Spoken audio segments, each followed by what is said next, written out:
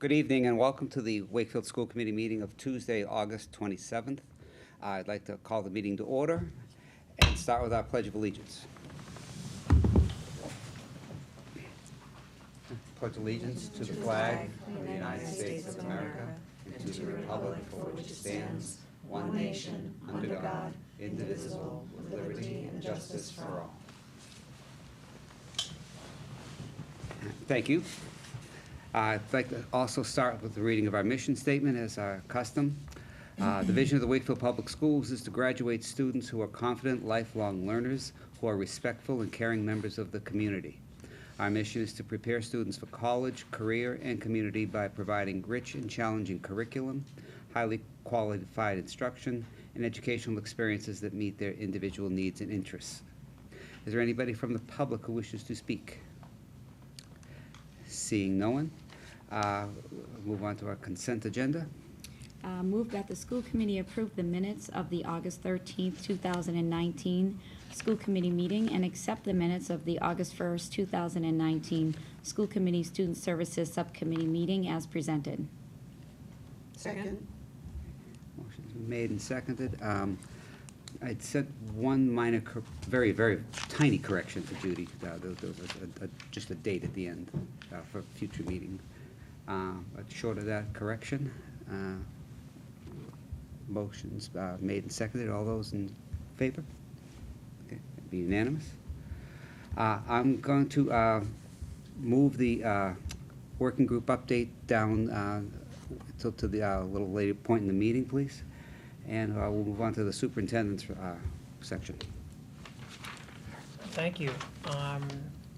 First on the agenda is Roanne Bakos's. She is seeking permission from the school committee, or approval from the school committee, to for her annual French trip. It's going to happen May 20th to the 23rd, 2020. This has been a standard part of our curriculum, and the information is enclosed in the packet. I don't know if anyone has any questions on it. They changed hotels. They Kids did. used to stay at the Schwanten. They did.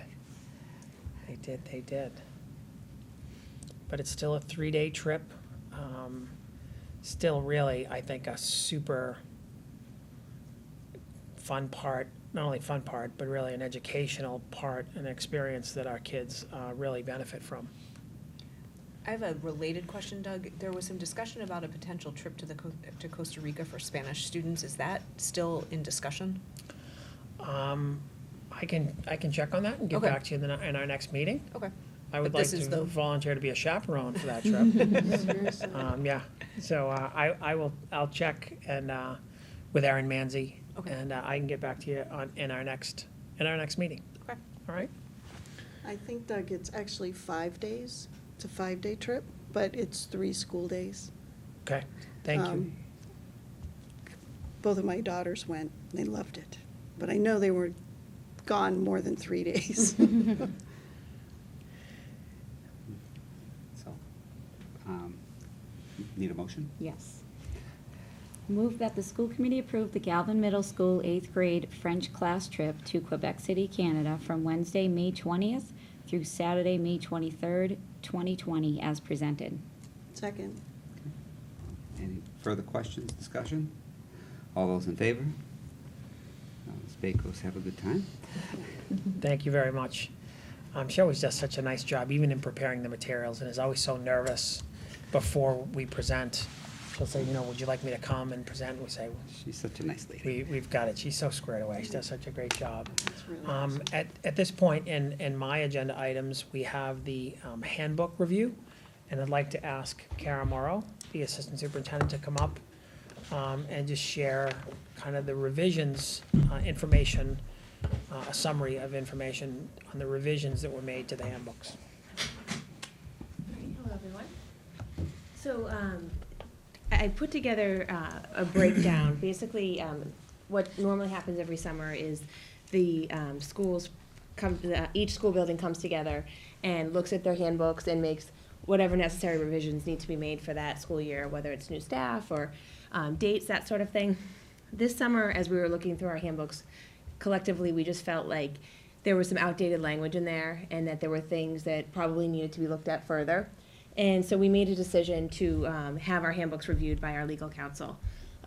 So when we did that, that delayed our timeline a little bit, which is why you got a lot of information to review before tonight's meeting.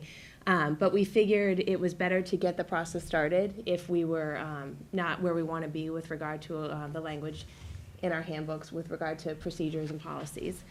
So tonight I put together a presentation that breaks out all of the changes that were made. I figured I'd provide more information than not enough. I can speak to every point, or I can just break out some highlights and then put it out to all of you to ask questions if you have questions about specific sections at each level. Does that sound like a good plan? Sure. Okay. And then at the end, I will talk about moving forward, additional work that we will need to do together. So the elementary handbook, basically, you know, this just outlines all of the different sections that our legal counsel felt had outdated language. And whatever was updated, which you'll see the different sections broken out, whatever was updated and presented to you is now in much better shape and legally compliant with the most recent laws. So the handbook language will be all up to date. I wanted to point out one section in the elementary handbook that our principals felt that they needed to add to. They were looking at their volunteer criteria for volunteers coming into the schools. And they just felt like they needed more specific language to provide guidance to volunteers when they're coming in for whatever reason. They also wanted to be conscientious of where we are today as a society with social media and pictures and cameras. And they added a digital etiquette section to the elementary handbook. And what that does is it outlines, it's really meant to educate and to provide awareness that when we have parents coming into the school buildings that they are conscientious of taking pictures and posting to social media if they don't have the permission of other children's parents. We want to just be conscientious of that for safety reasons, for students with disabilities, just parent preferences overall. So I think that will be challenging to enforce, but we thought, and we talked about that, but we felt putting the language in the handbook and drawing attention to it and just educating our parent community on why that might be a problem was a good start. So we added that section in there as well. Any specific questions related to the elementary updates, any of these sections that you needed more information on? I can certainly speak to any of them, but I just had a couple of Sure. minor little things. And, I mean, I'll if I have any, I think I found some typos, but I could just send that to you Okay. on here. But do you want to save it for the end, or do you want to go through each level like I was doing? I just want to throw something out at you. Sure. Okay, on the absences. Yep. What always confuses me is that we tell parents, if your child has a fever, keep them home. Yep. But now for them to have, that they have to go to the doctor because they had a fever for a day? Or, you know, we're requiring a doctor's note for an excused absence when we told them. So it's almost like I feel like we're contradicting ourselves. Yeah. I don't know what the best solution to that is, but like, if your child has a 1 day fever, you don't run them to the doctor usually, Right. but you don't want them in school. Yeah. So shouldn't a note from the parent to that effect excuse the absence as well? Can you tell me which specific section you're speaking to? I'm on page 7. Okay. Excused absences, section B. Yep. And it all, you know, you got A through G, talks about, you know, you need a doctor's note. Yep. You need a doctor's note for this. Yep. But there are many times you keep your child home that you don't go to the doctor. Right. I think that the language that, you know, just upon my quick review, I don't have it right in front of me right The now. excused absences. That the legal counsel around that was more around adding language to allow for any disability-related or medical disability-related absences, that those would be excused. I can look into that for you, just in terms of the notes. I don't think we made changes there. I think that Yeah, this I is a think that's quote the from ongoing policy. MGL. Yeah. But this is Mass General Law, Chapter 71, which states very clearly what is an excused absence and what is an unexcused absence in regard to practice, right? So that the Mass General Law doesn't always reflect what our practice is and what the core values are in the community, Right. right? We want adults, parents, to make good decisions for their children. Yeah. And we support them to do that, right? And so, and so that, what you're reading, Chris, is technically the accurate language per Chapter 71, right, which we need to have in the book, right? However, in regard to our practice, we do want, if a child is sick and they have a fever, a parent has every right to keep their child home, and if they have a fever, we want them to stay Right. home until their fever has broken, right? So if it takes 2 days, 3 days, that's fine. If it's a pattern, then the administrator at the school level will ask, or will kind of inquire how they can support the family if they're missing work or missing too much school and it's affecting their progress. That's, I know a lot of in practice, that's what that looks like. Yeah, and a lot of the updates are really related to making sure that the kids are in school, and changes made were, it used to say read, I think it was after 7 days, convene a team. That was changed to be in legal compliance to 5 days, and make sure that we're making every effort as an administration to bring parents in, if there's been, five absences, that we're trying to figure out, what's going on, is there anything we can do to help, just in a real push to get kids in school as much as possible. Mhm. Can I also chime in? There's also DESE reviews Yeah. and sort of looks at schools' absences. And so part of it is just kind of, they have a very narrow description of what's excused and what's unexcused, per the Mass Right. General Law. But I suspect that if a student is, out for 3 days, then they're gonna get a note. And they'll get in that, because they'll see the doctor, and that'll be excused. Right. So unexcused is probably okay as long as the administration knows that parent called in, kid has a fever. Right.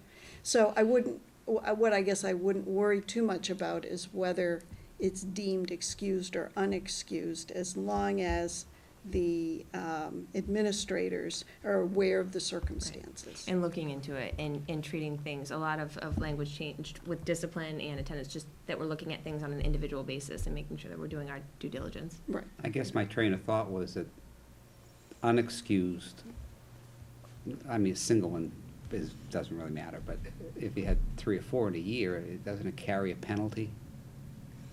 I think No. I No. think it's It's just a up to discussion. 6 and, well, especially in high school, right, when you're getting into, Yeah. I thought it was 6 unexcused.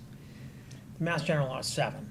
7, Seven's the yeah. telltale, that we You get the lowered it letter to at 5. It just changed to 5. Right, yeah. and so really, one of the things that I can't understate here is that there has to be a good measure of common sense, right, applied here, and we're looking to support kids and families.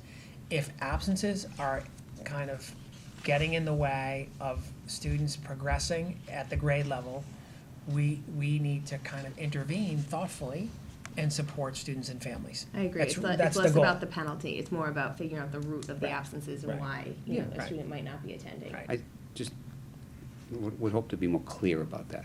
Okay. Yeah. We can definitely look at that. And then the only other, I have another thing about school lunch, when Okay. I get to that, yeah, All right. that's fine. So anything that stood out to anyone related to elementary? Move on to middle school? Well, I think the school lunches, I know I didn't have a chance to go back and check. Is this the new price that we just approved, because we had to go Yes. for the lunches? Okay. Yes. The only thing I would suggest is that maybe you add a line in there to remind parents that they can deposit money into the kids' lunch account. Yep. This talks about the kids responsible about paying money back, and they have to manage their money, and all, but it doesn't point out that they can make a deposit in advance and keep that bank going. Okay. Well, a new parent might not know that. Okay, so maybe provide information to the link for the food services Yeah, section well, of the say, you know, website. if you want to, put money on deposit, Yeah. this is what you do. You do have a link to the food services on here, but I was just, Just some more clear just to language. let them know that they can get the money on deposit. Okay. And so they don't have to send money into the child. Yeah. Yeah, there's no guarantee with that, right, where that money goes. Well, I think life became a lot less complicated for me when Is that there- went in. Is there another, I believe, there's another communication regarding that as well, just in terms of lunch, right, outside of the handbook? I think so, yeah, I Yeah. know that I've seen it in welcome back letters. Yeah, There's it's usually in the principals welcome providing packet. information, Yeah. But it's good to have it, Yeah. housed in Yeah. there Just as as a well. reference point. Sure, I can look at that. Okay. Okay, and then just moving on to Galvin, same thing, there was just a lot of, the middle and the high school handbooks have a little bit more, with regard to procedures and, just discipline and different scenarios. So, there is some carryover, between Galvin and the high school. I think, all of this is pretty standard, really just updating, related to students' rights, obligations from, oh, I'm sorry. I changed it on my computer, but not that, sorry. Thank you. So yeah, just a lot of updates just related to students' rights and administration's obligations to respond and how we respond. The school attire section, I'll speak to that a little bit later, but that is an area where we need to continue to talk about that with administration, and, we could speak with that with school committee and the subcommittee policy, the policy subcommittee, just in terms of the way it was written now. There's potential room for a Title IX violation, just in terms of the examples around attire not really being gender neutral, and also just really, do we have much authority to enforce in terms of denying students their rights to wear what they want to wear? So that requires more conversation, because I think we could debate that or get into a lot of details related to that. So we put that on the at the end as an area where we want to continue to revise and talk about as a group. May I? Yeah. One of the things that I've heard from families, it isn't so much the language, although I really am glad that you're looking at Yeah. it. I think it's just the application of the discipline, in terms of it being maybe, even though the language might be neutral, I think in the past perhaps, girls It were tends to be more the targeted. female students, right? Mhm. And I think that's the way it was written now too, that it was really, all of the examples were related to what are typically female. Right, so items. even if we sort of clean up that language, Mhm. I think that we also need to make sure that the enforcement of Mhm. the policy is as neutral as Right. possible, and it is not with respect to what, the individual assistant principal deems sort of Appropriate or not personally appropriate. appropriate. Exactly. But instead, it's, it's as neutral as possible. Absolutely. So there's 2 slides dedicated to Galvin. I can certainly speak to any of these, or I can move on to the next one. So I just wanted to add too, just so that, to keep the committee informed and to keep the public informed, that part of this updating is required under our coordinated review of program and our coordinated review of our handbooks, right? And so we'll have a coordinated program review by the Department of Education in a year and a half. Our mid-cycle reporting, where we report about what updates we're making, this is part of that information, right? So that you just know that we are not kind of making all of these changes for the sake of making these changes, but to be consistent with the law, to be consistent with practices, and to be consistent with guidance from the Department of Education. And these are also things that they're gonna look for when they come to do a review of the information that we're providing with parents, students, and the community. I do have one question, Kara. Sure. On the sheet you sent out, Like if I look at like number 9, it says bullying prevention and intervention needs to be updated. So that hasn't been done yet? So no, so the plan as it stands right now, I know when districts put together bullying, you know, per the policy, districts were charged to put together bullying prevention plans.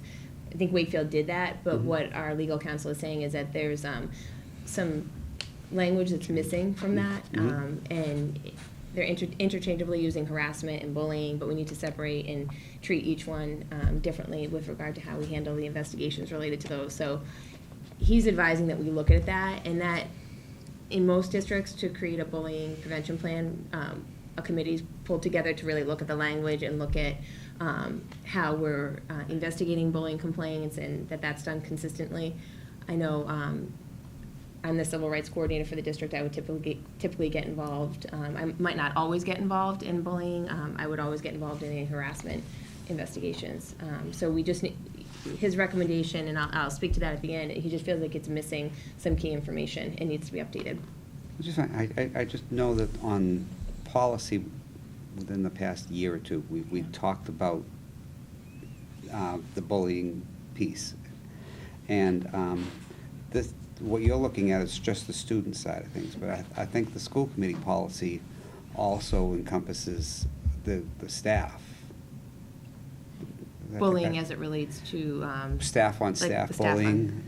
Right, We- so, yeah, I think we probably more like, we might look at that as more so harassment, I would say, but, Okay. you know, just because it's not the power imbalance with bullying. There could be if there was administration to teach it, but, you know, we tend to look at staff issues a little bit differently. Okay, which is fine, but I just didn't know Yeah. if the policy, when you look at it, has to be changed again, because is it different for students than it is for staff? Or are we trying to make it a human thing, and Right. it doesn't matter if you're a student or staff? Yeah, I mean, I think overall, there was guidance just around our civil rights policies in general, and just in, just the language we have for all of our protected classes and how we would handle any discrimination of any protected party, harassment, that would be for staff, for students, across the board. And are they sending us suggestions? They're happy to, yeah. Yeah. They just, just for this timing. Yeah.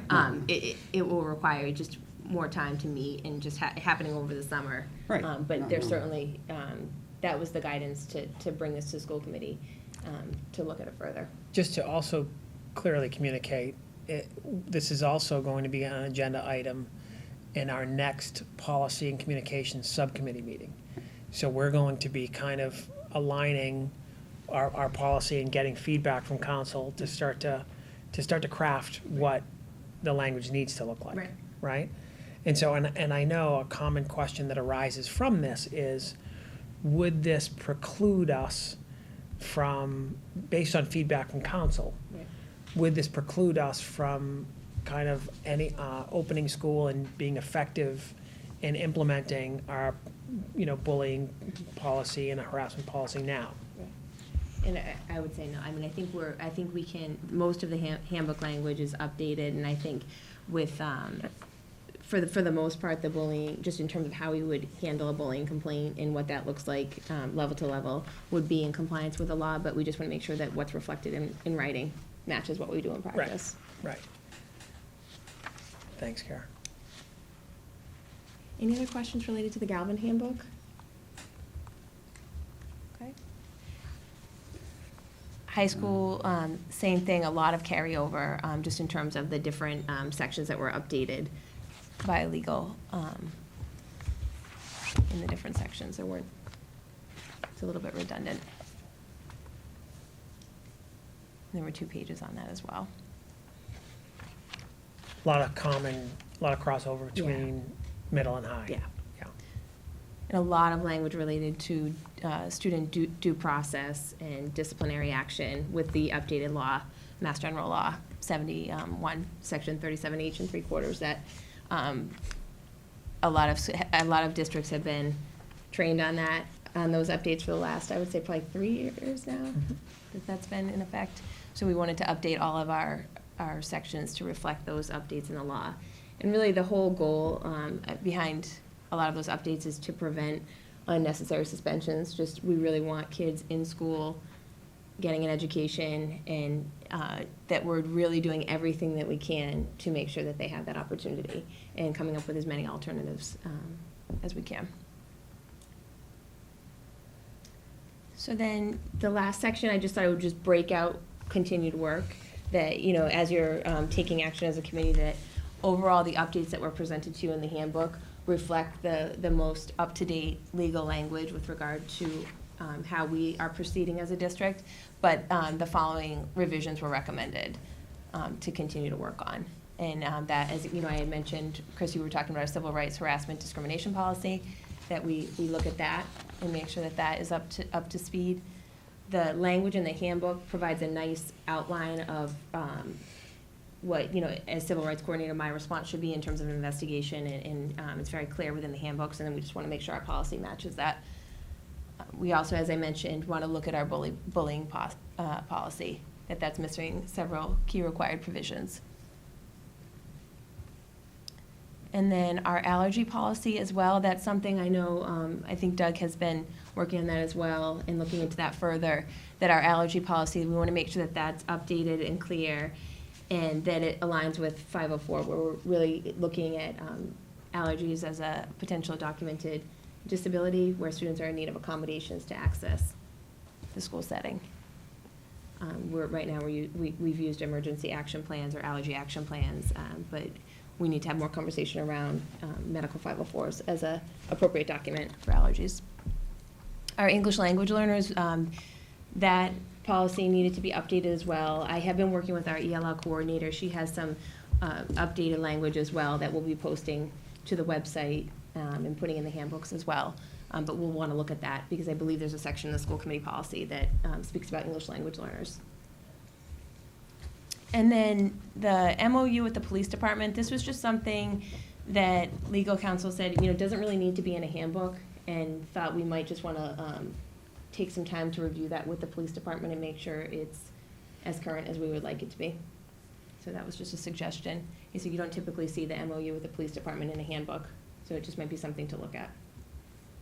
So it's been reviewed and updated at the start of last year. Okay.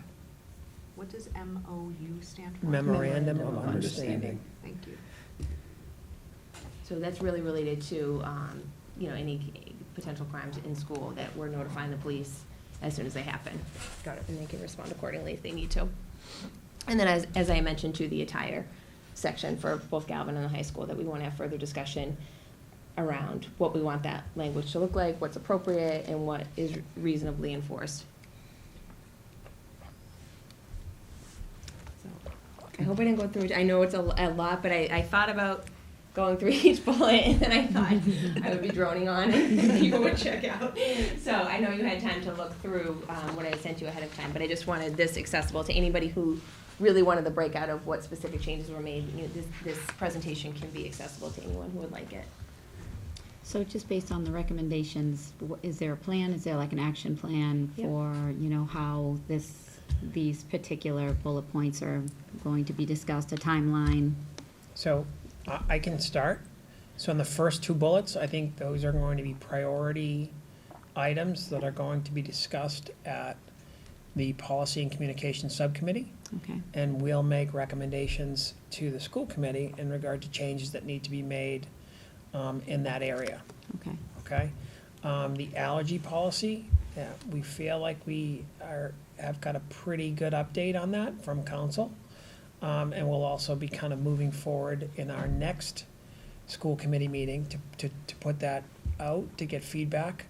And then in our second meeting of the month, we would ask to make a motion to accept, to consider any other changes that are made that might not be considered in the policy.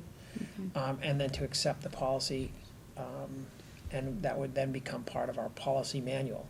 So in regard to the first three bullets, that is the plan that we have. I think, you know, and I think for us, those are also the priorities in terms of our ELL update, English language learners, that information update. I feel like that's very straightforward. The MOU has been reviewed and updated. You know, whether it's in the book or out of the book is not going to kind of affect us really in any way. And in terms of the attire piece, I think after the civil rights, bullying, harassment, and allergy, I think the next kind of priority for the policy and communication subcommittee would be the attire sections. Okay. Does that reasonably represent what we talked about? Yep. Yeah. And I think just for Doug and I to follow up with middle and high school administration, just to give a heads up, they've received all of the redlined and the updated handbooks, but just to pull that section out in particular and just make them aware that that's subject for review. And just maybe we could talk administratively before action's taken. So within the next couple of months, we'll have an opportunity for discussion. Yes. And go from there. Yeah. I heard 30 days, but. It's coming You never quick. know. No, I think it's reasonable to say in the next couple of months. My sense is that we'll be done ahead of that, but Yeah. it's reasonable to say. The other part that I think is important, right, and I don't want to get lost or have this piece get lost in our conversation as a committee, and Ann touched on this, right? It is, policy is a guide, right? The application of the policy is really a critical part of this, right? And that's really where our work lies, in kind of working with the schools, working with administrators, principals, students and families. And I think by and large, our administrative teams at the high school, at the middle school, and at the elementary levels have been really successful for the most part because they've had good guidance documents. But our practice as leaders is also improving in regard to how we're doing things thoughtfully, right? The whole suspension piece. We want to keep kids in school, right, as much as possible. We want to support families and students as well as we can so that they have not only a positive academic experience, but they have positive outcomes as well. So you'll hear more about this as in the coming weeks and months. But that's one part that I don't want to get lost in the conversation. I guess one of the beauties of the whole handbook is that it's online. You can make updates, Right. and it's just out there, it's done. Right. I mean, so. Absolutely. Yeah. And So- I think we feel good the fact that this is, like Doug said, better than it was, We still Yeah. have work to do, but we're at least moving in the right direction.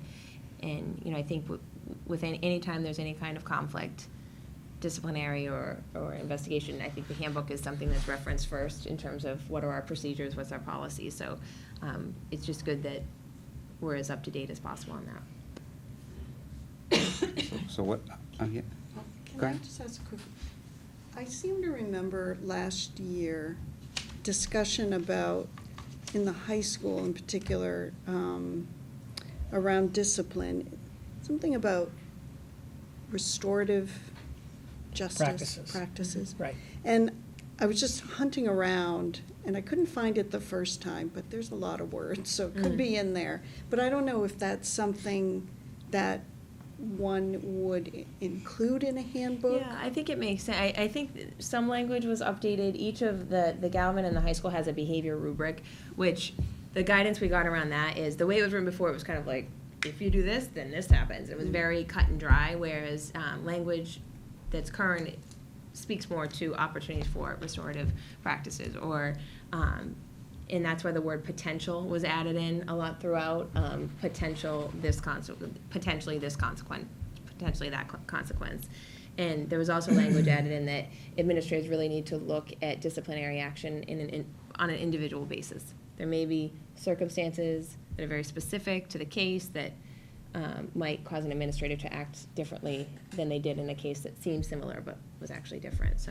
So there's language in the handbook to to that provide the effect? flexibility that Okay. actually around restorative practice, I'd have to dig a little bit deeper. So when I say we want to do everything we can to keep kids in school, that, at the heart of that is our restorative practices, right? And I get that, I just don't, like, when you're reading this as a parent, it's Yeah. like, It it's, feels like, it's, yeah. it feels criminal, and so I was just, not that you wanna sort of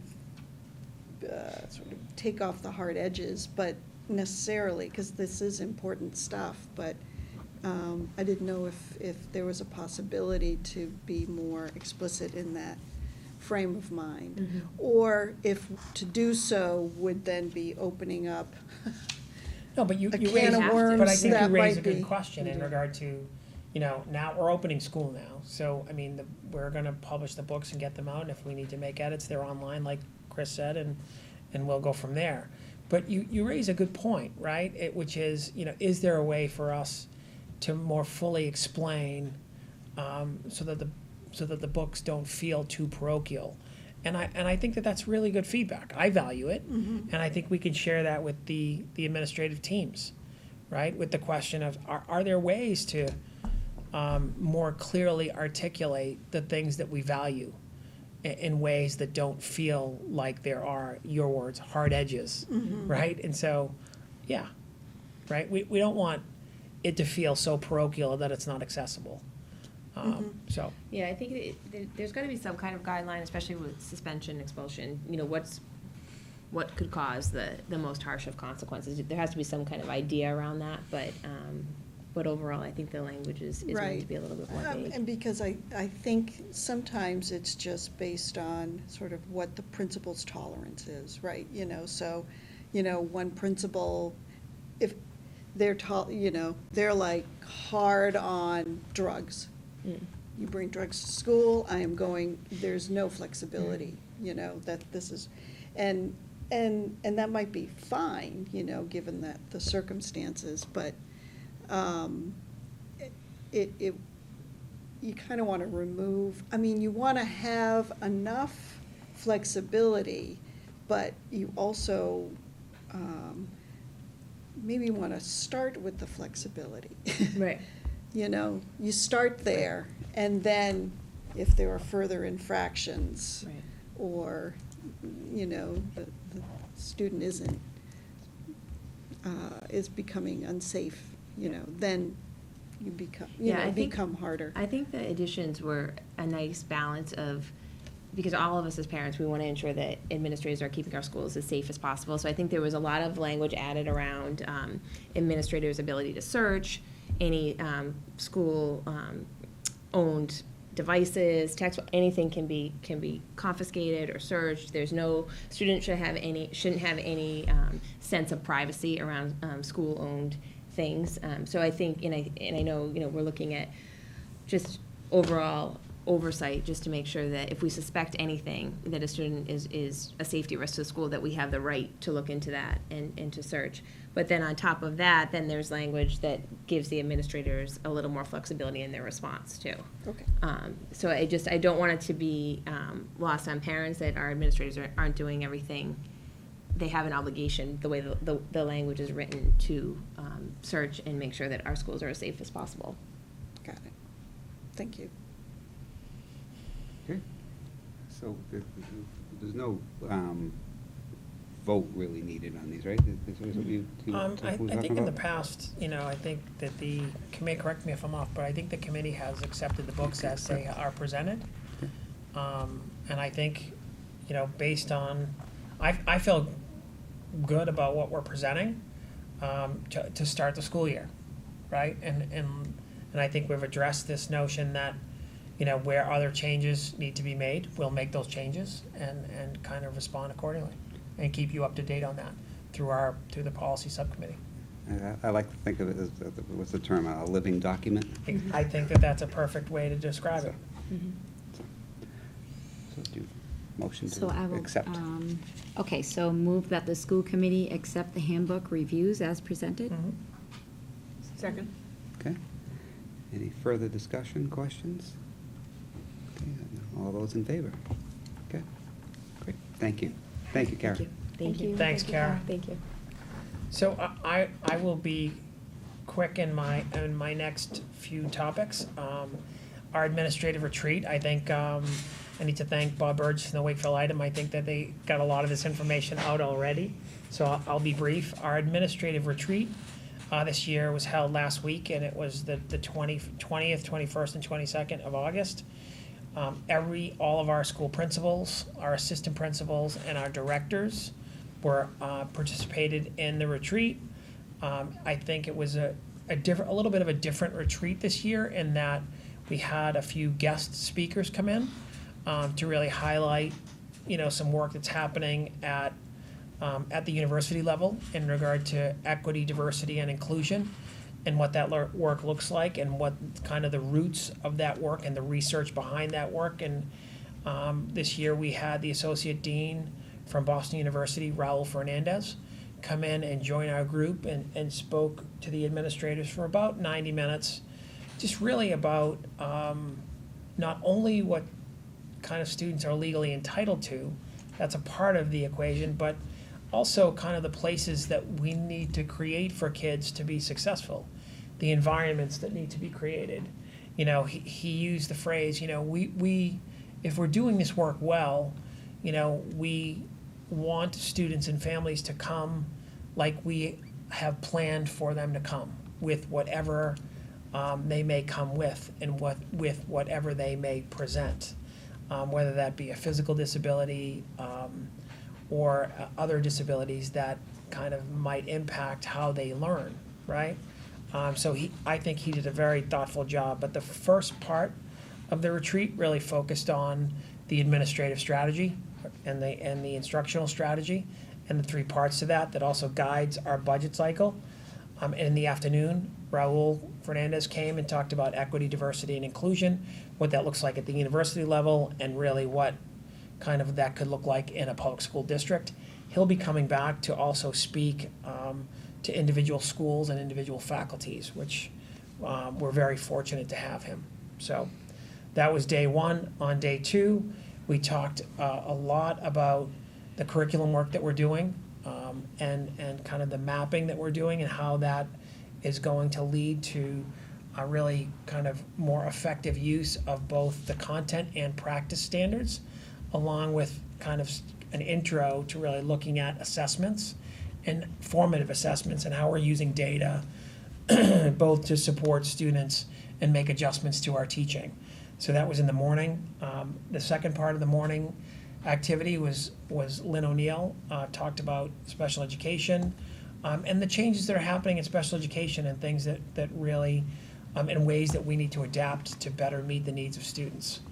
In the afternoon, the administrators broke into cohorts by level: high school, middle school, and elementary, pre-K and elementary, and they worked on school improvement goals, which was a really productive afternoon. On day three, we had legal counsel in to talk about not only the legal aspects of special education in 504, but really what progressive districts are doing to really get the best support and outcomes around special education support and inclusion. So I think we're gonna have our legal counsel back to continue to work with our administrators and also our special education staff and our teacher leaders as we move throughout the year. So that I'll be able to report more on that as we move forward. But that's a very quick snapshot of our administrative retreat. In terms of summer school, which is our next topic, this year at the secondary level, we had 76 students participate in summer school. 44 of the students participated in credit recovery. So they were there to kind of make up for lost credits, or make up courses, so that to make sure that they are doing everything they can to stay on track to graduate with their class. And so there's more work to be done there and more information to share there, I think, as we move throughout the year.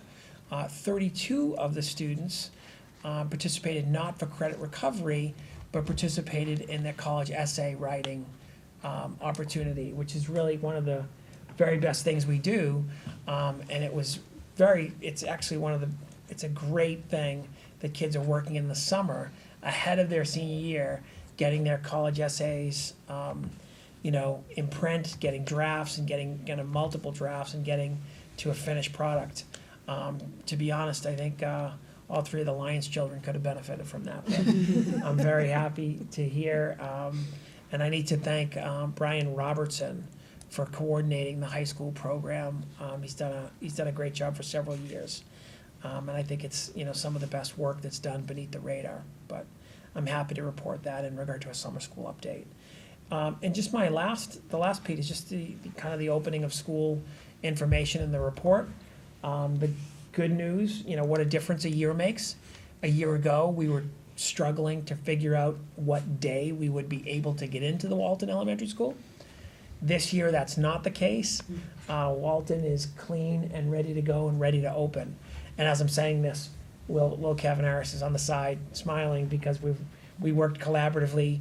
We were in pretty close contact last year in regard to opening school. We spoke probably 4 times a day.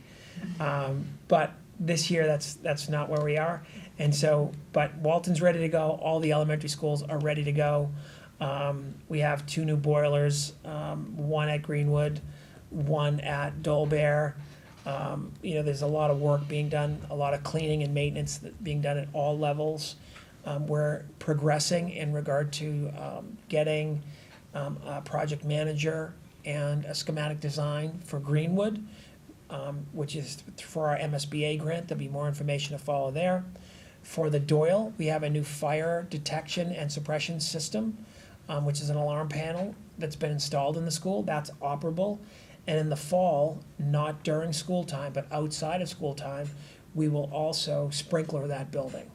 And after we complete that work, all of our schools will be sprinklered, which is really great. And so this is one of the things that our fire chief, Mike Sullivan, reported last year, that really this was something that needed to be done. So Capital and DPW are taking the lead on that. Joe Conway has been terrific. Chris Pierce, again this year, continues to really work tirelessly at this point in the year, along with Dennis Fazio, just to really make sure that our schools and the grounds look and all of our projects are done. And so I also need to thank our custodial staffs that have worked overtime to really pull everything together, because at this point in the year, they're still doing maintenance and cleaning while we have, we have band camp in, we have, freshman orientation, we have 5th grade orientation. So we're still wrapping up all these projects, and faculty and students are in and out of the building. And so the good news to report as well with Galvin is that the first part of the floor project is complete. And so we will be completing that work next summer in the foyer of Galvin and in part of the Library Media Center, where we will do exactly what we did this year in the classrooms. We will be drilling 4-inch diameter piers, corrugated piers, and pouring concrete down in these piers to stop the settling of the slab. And so more information to follow there. It's probably way more information than you need, but the good news is schools are clean, prepared, and we're ready to open and welcome students and faculty back next week. I don't know if anyone has any questions.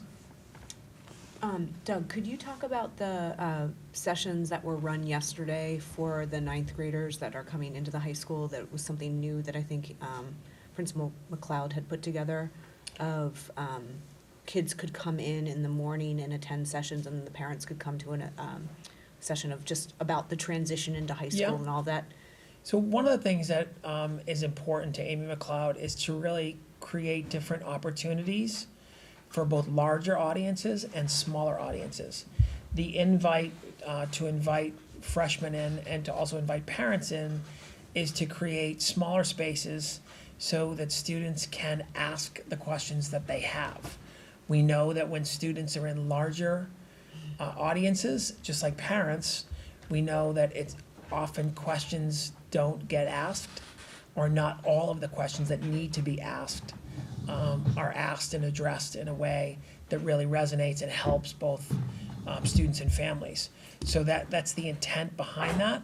I think the sessions that were attended in the morning, I think Amy would say that she wants to kind of grow that next year and grow that moving forward, and also with parents as well. So there's more information to follow on that.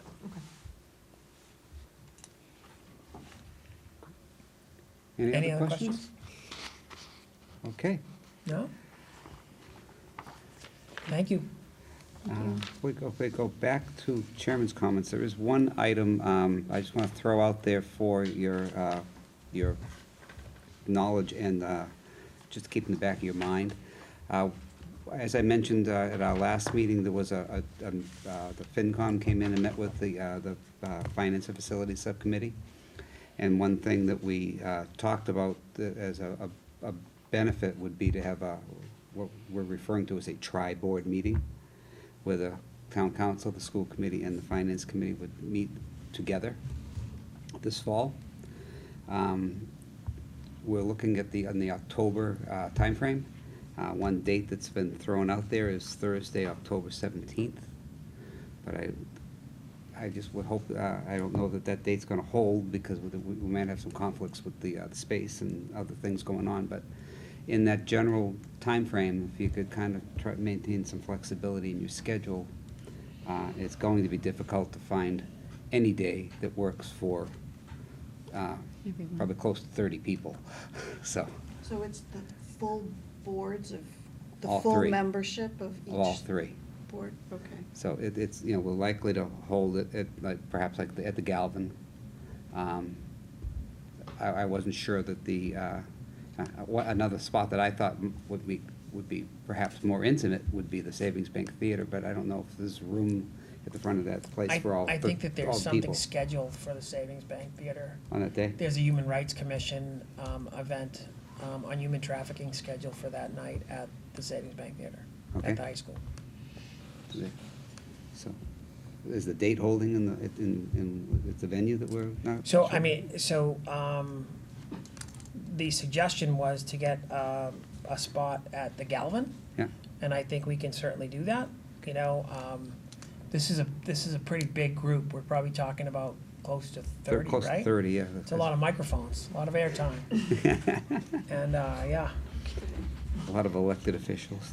yeah, yeah. So my question is, so the normally scheduled school committee meetings would be in October, would be the 8th and the 22nd, correct? Yep.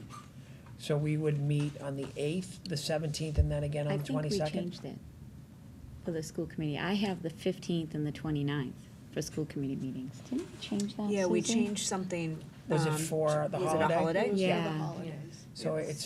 So the right, for 15 and the Rosh Hashanah. 29 Yeah. would be the school committee meetings. So then we'd be meeting the 15th, the 17th. 15th, the 17th, the 29th. Thank you for correcting me, Abe. You're I welcome. appreciate it. But then we don't meet, so yeah. So- I mean, 2 meetings in 1 week, but then we don't really meet for 2 weeks, the first 2 weeks in October. Yeah, I When think no matter what date is chosen, there's gonna Yeah. be some conflicts. Yeah. One of the other questions that we also need to kind of look at is last year, we had made a meeting, a fall meeting to go to Boston All right. to meet with our Medco parents, our Boston parents. And I'm sure Millie Abahe Thomas, our new director of Medco in Boston, will be looking for us to do that again. So, Okay, so just that, to keep that in mind. Thank you. And the other item we wanted to talk about tonight was the high school working group. Mr. Markham, do you have something for us? I do, thank you. Thank you for delaying this on the agenda. I had an unexpected work commitment that came up that I couldn't get out of. So, anyways, I have a handout in the form of a memo and a recommendation that I'd like to pass around. I think there's enough there. If not, I certainly have a couple more.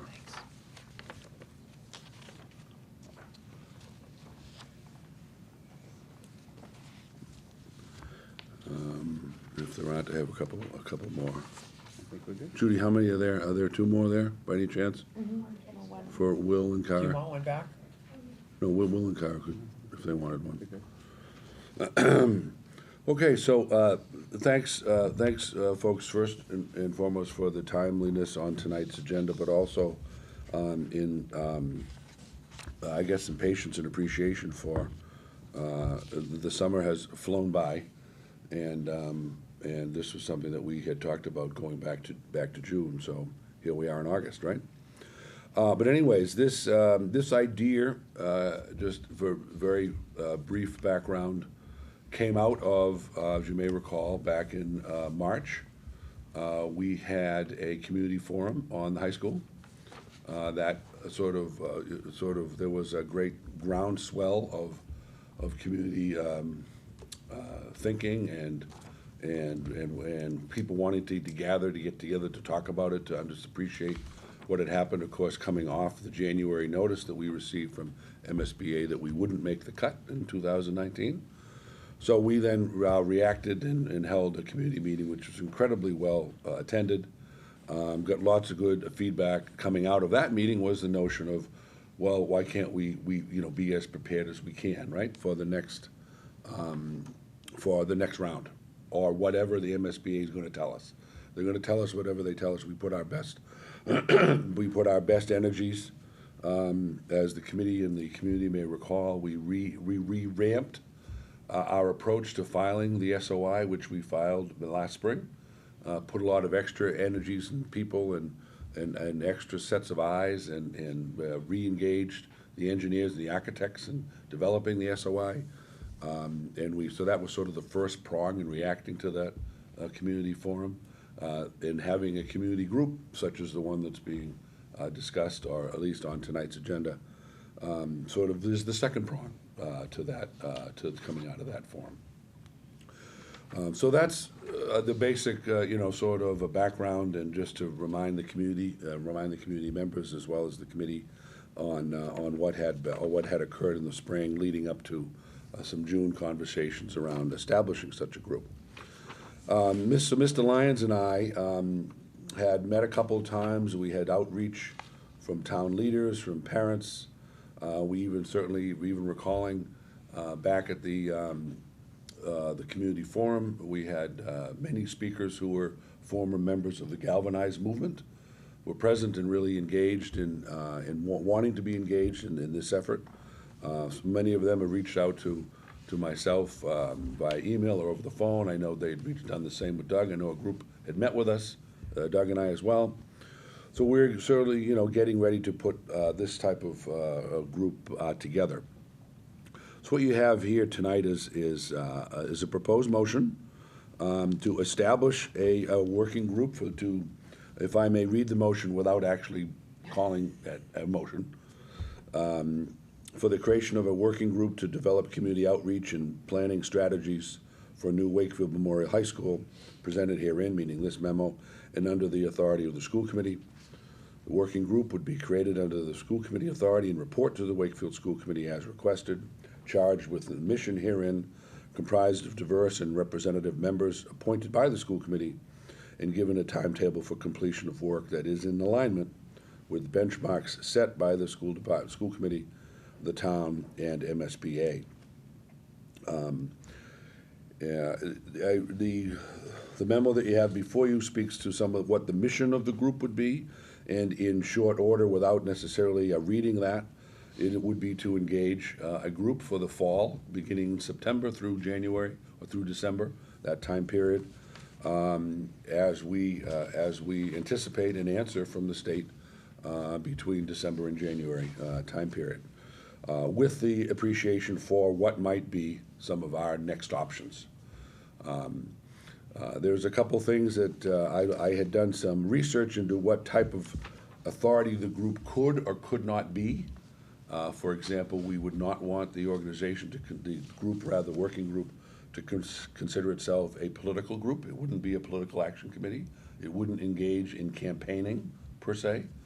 Would need to really engage in what would be a line, perhaps a fine line, but nonetheless in education and awareness and developing community strategies without necessarily being a campaigning arm. The Galvanized movement, per se, would be, if such a group then were to follow on the heels of this sort of strategic planning group, then that would be certainly most appropriate, and that would be a political campaigning group.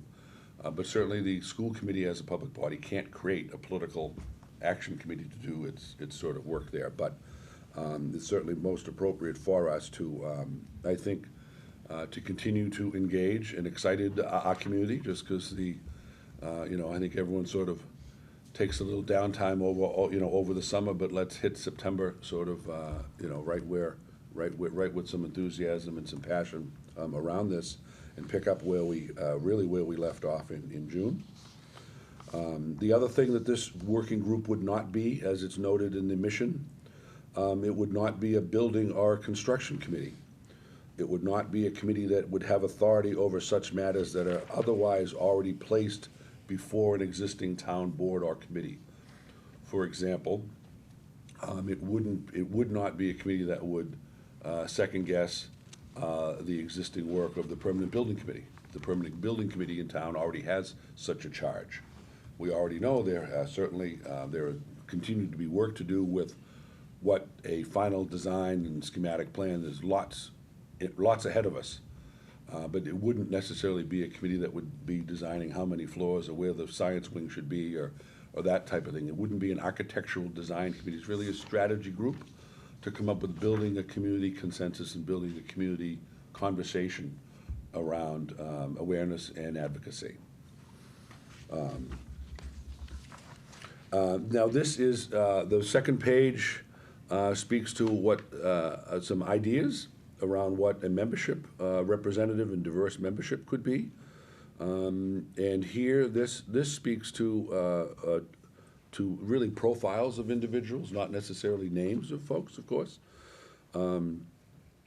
But in this recommendation, and as Doug and I and others sort of batted it around with ideas here and there, would be to create a committee, a working group, that would consist of 17 members plus a couple of advisors.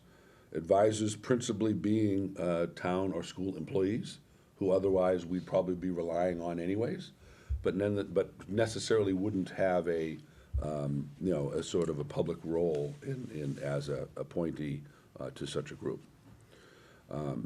There is no magic to the number 17. There's no magic to anything here other than just some brainstorming that went into what might be an appropriate representation of types of groups around town, types of constituencies and stakeholders, recommending 2 members of the school committee, recommending 2 members of the town council, the school superintendent, the town administrator, 1 representative each from units A, B, and C, an elementary parent representative, a middle school parent representative, a high school parent representative, asking that WEF would provide a representative, and the Special Education Parent Advisory Committee, Wakefield CPAC, and then 3 members at large.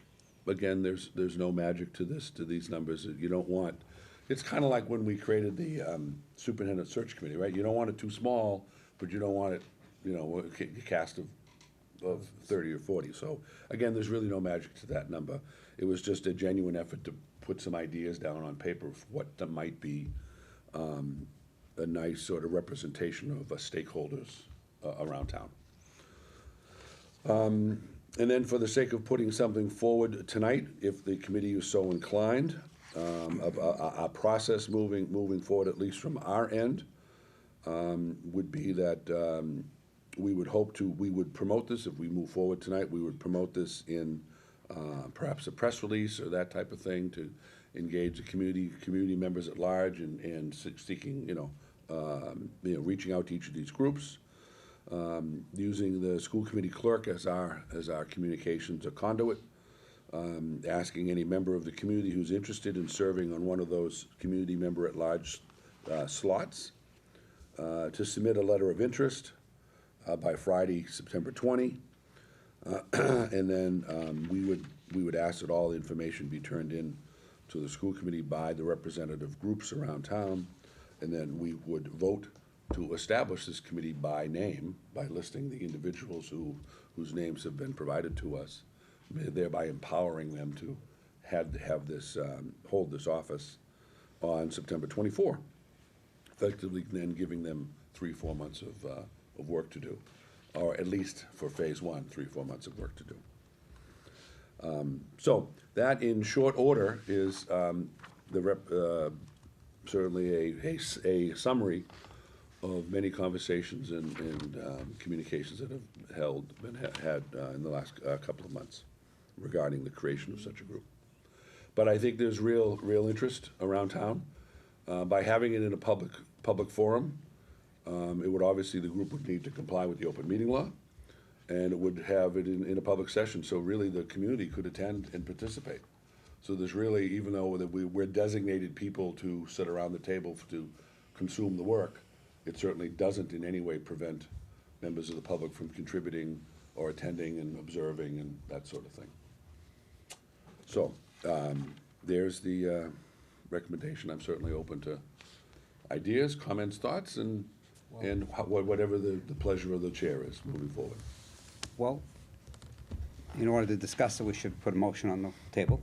Sure. Want to do that? Yeah, do you want to do it? Do you want Amy to do it?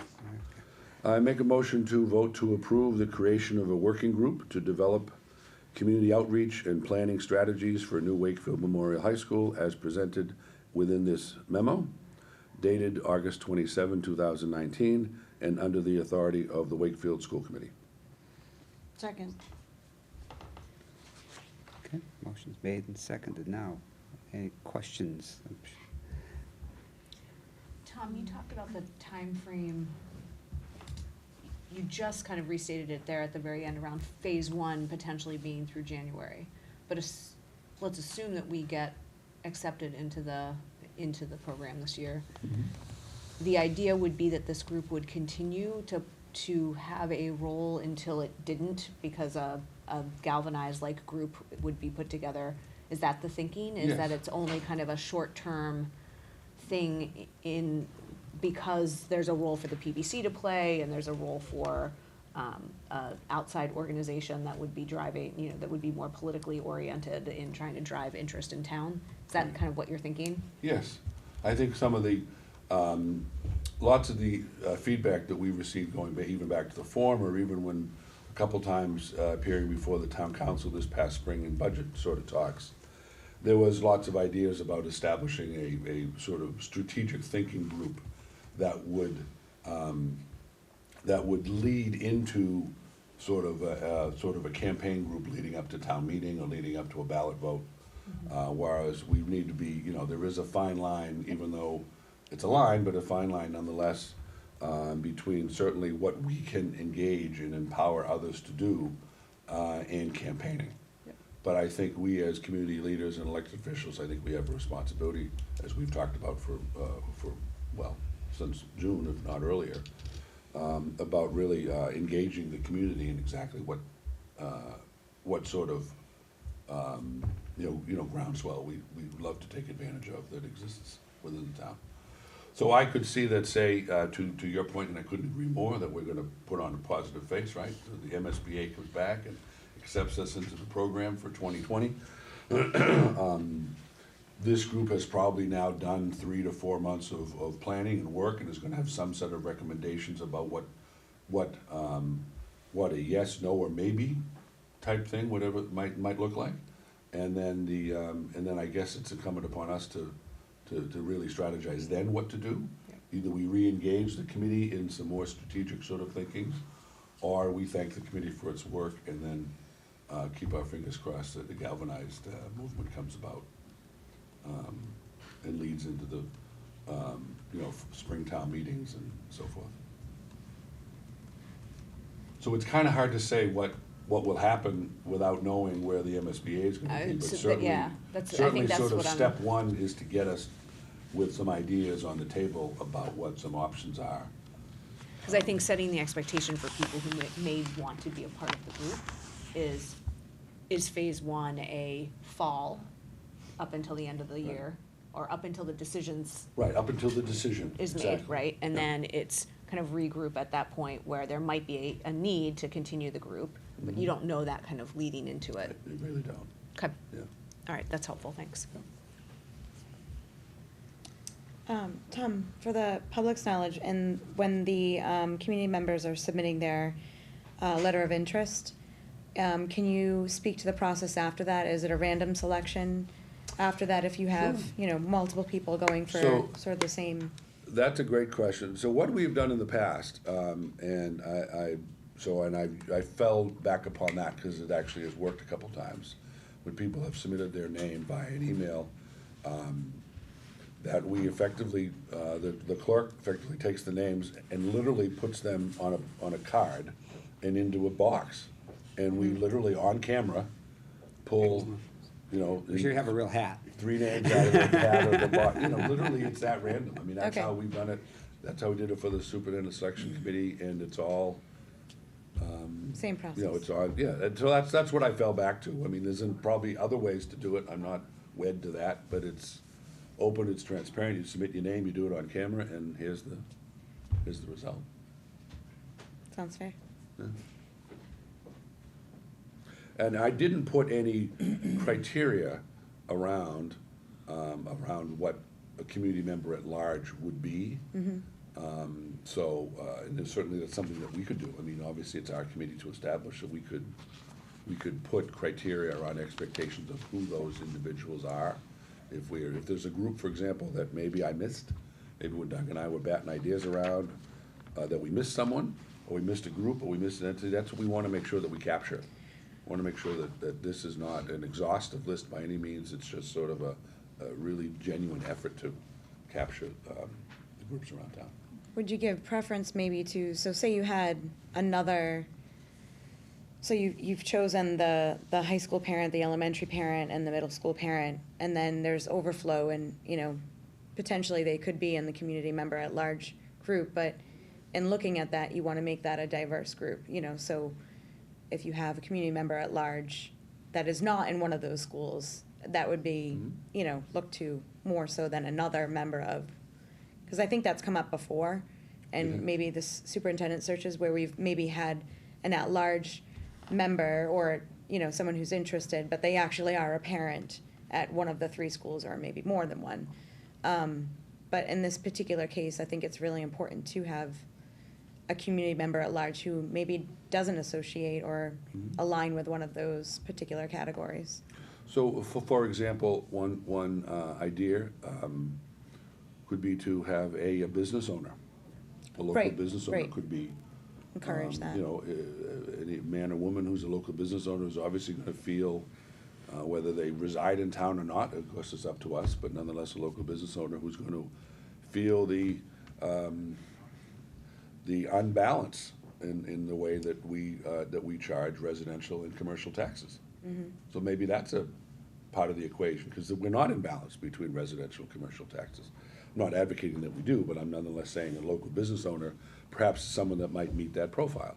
Or maybe we ask the Chamber of Commerce to submit a name. I mean, there's lots of different ways. That's why I'm saying this is not an exhaustive list. It's just was an effort, a genuine effort to land somewhere for tonight's conversation. But that could be someone that we identify as a community member at large, or local Right. business owner. We could have an expectation of that, for example. I was just curious, I'm not saying I have a problem with it necessarily, but are the dates of September 20th and, you know, the following the 24th, but, you know, is the 20th a realistic date? You know, how are the PTOs really gonna be up and running by then and have a chance to have this discussion? Well, I thought about that, looked at a calendar, reached out to a couple PTO friends. A couple of PTOs are already meeting, at least the officers are meeting and have over the summer. Okay. For example, it's 3.5 weeks away, Mhm. so it's not like, you know, a week away, it's 3.5 weeks, you know, I think we can get the messaging out. There'll be messaging that'll come out of this meeting, there'll be messaging, lots of ways to get messaging out almost instantaneously, so I don't think it's gonna be a surprise to anyone. So, I mean, I think that's a reasonable date. Certainly, there may be groups that aren't meeting, you know, or aren't as active. But I think every group has a means by which to communicate electronically with each other, whether they have a meeting or not. Yeah, I can't speak to that. okay. So, any other questions? We need to agree to the makeup of the membership though, tonight. right? Well, we would at the time, yeah, whether it's tonight or if we push it off, but we would, yeah. If you want to get going on that timeline, we would need Yes. to do that Yeah. tonight. Yes. I don't have a problem with the makeup. I think it's, you know, it's a delicate balance, as you said, you know, you can't get too big and unwieldy, and yet you want to be inclusive. And I think you've, you know, made every attempt to be there, and I don't have a problem with the suggested makeup myself. I mean, at the end of the day, you know, when reality kicks in on September 20th, if we're following this timeline, if a group hasn't had the opportunity to meet, or to assemble, or to come to consensus of some kind, and that's why in some ways, I'm recommending in the verbiage that it just be a selection by the president or the chairperson of the group. Mhm. And that gives the leeway to, you know, maybe a group put out an email message, who'd like to volunteer. If someone doesn't volunteer, then it's the chair of the group's responsibility to twist an arm or two or somewhere to get someone on it. I mean, Yeah. that's not uncommon either, right? But Exactly.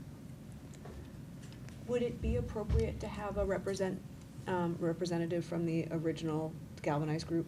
Or because that's political, is that inappropriate to have someone? I just feel like they're gonna have insight into the process, what happened with the Galvin, and not in the context of trying to set up a group like that, because that needs to be separate, and I totally understand that. But I just wonder if, especially because I know that group has been pretty vocal in wanting to be involved, or should they just be one of the 3 community members at large? Well, I And hope would that- like to think that they would likely fall, some of the more active galvanized members who are still local, Yeah. probably fall into a number of these categories, so that may Yeah. come about. Okay. But I'm not certainly opposed to adding, you know, a member from Galvin. But the galvanized group isn't. It's dissolved. It isn't I an know. entity Yeah, I anymore, so know. it doesn't have a chair, and no one's gonna call to assemble them Right. so it's really. It's a group that is only by former. Right, Former former name only. affiliation. Okay, that's fine. So it's hard to say who they are anymore. Yep. I mean, we all know who they are. I was gonna say, we know, but- right. Okay, that's But fine. they're not gonna meet and have Right. Okay. Okay. Further questions? So the motion's been made and seconded. All those in favor? Okay, it'll be unanimous. So we will move ahead and advertise as, in any way we can think of. So I would volunteer, if the chair of the committee, to work with Judy to get this messaging out.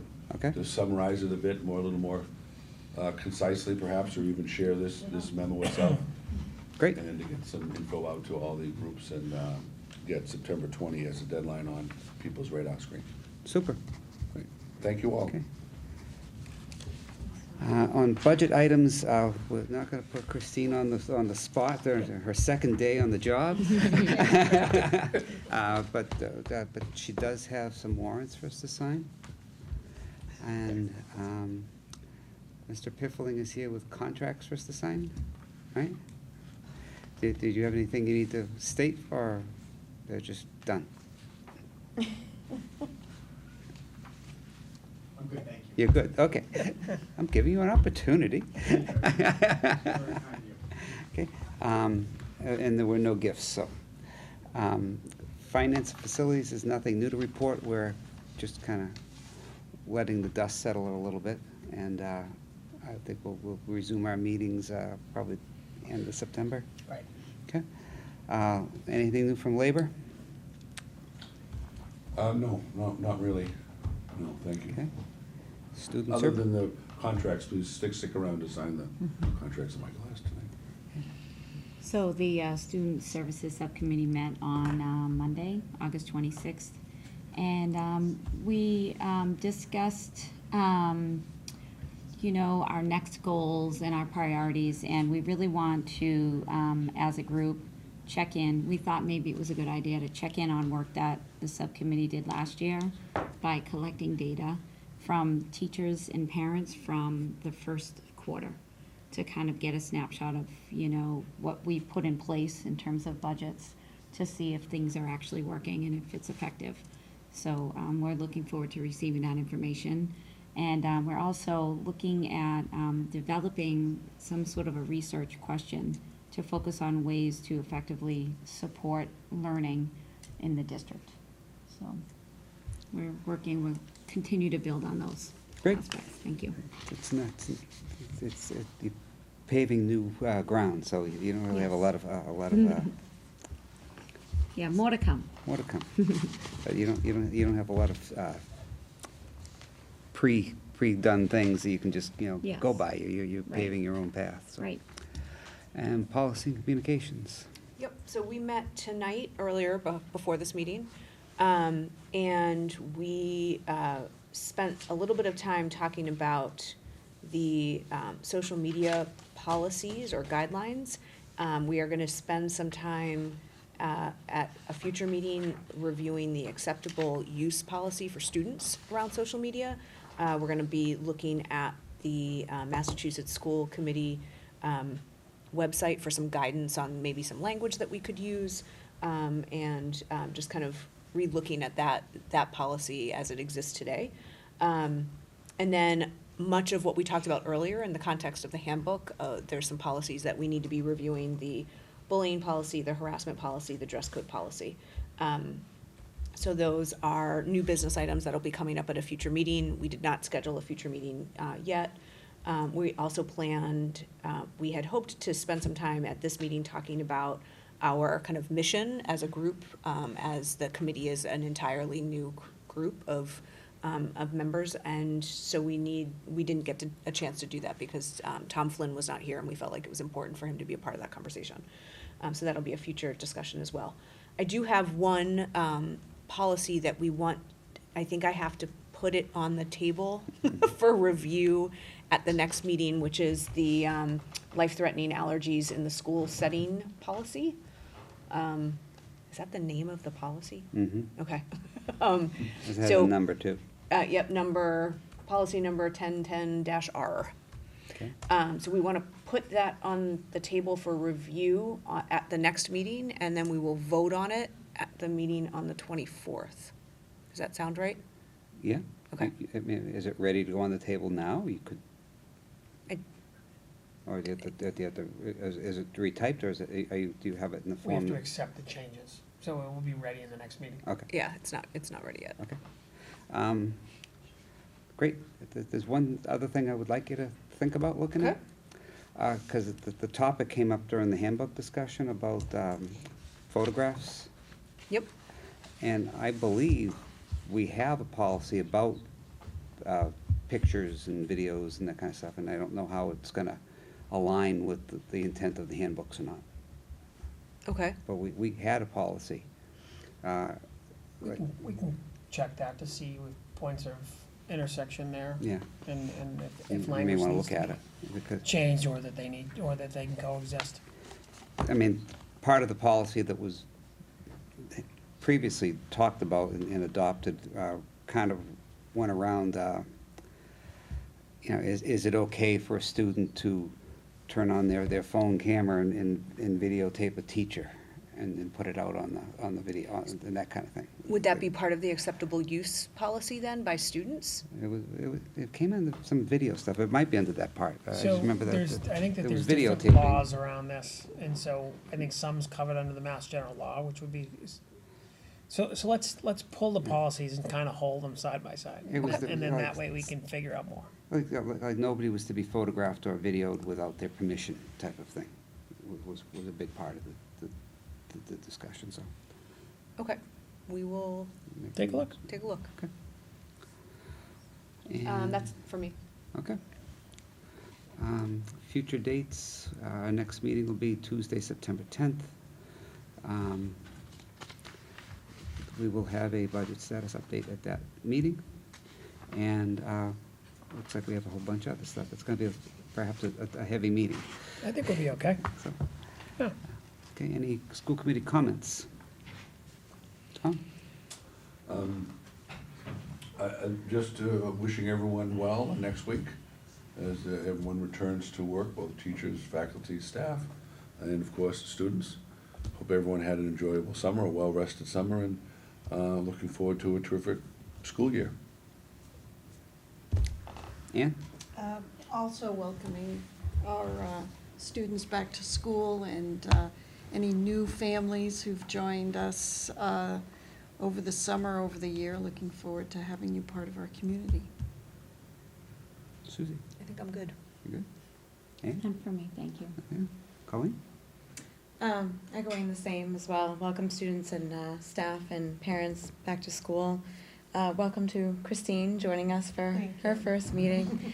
And I know he doesn't want attention, but just again, thanking Michael for his service and his dedication to our district and even more than that. So we'll miss him and as a colleague and as a friend as well. So thank you to Mike and good luck next week. Thank you.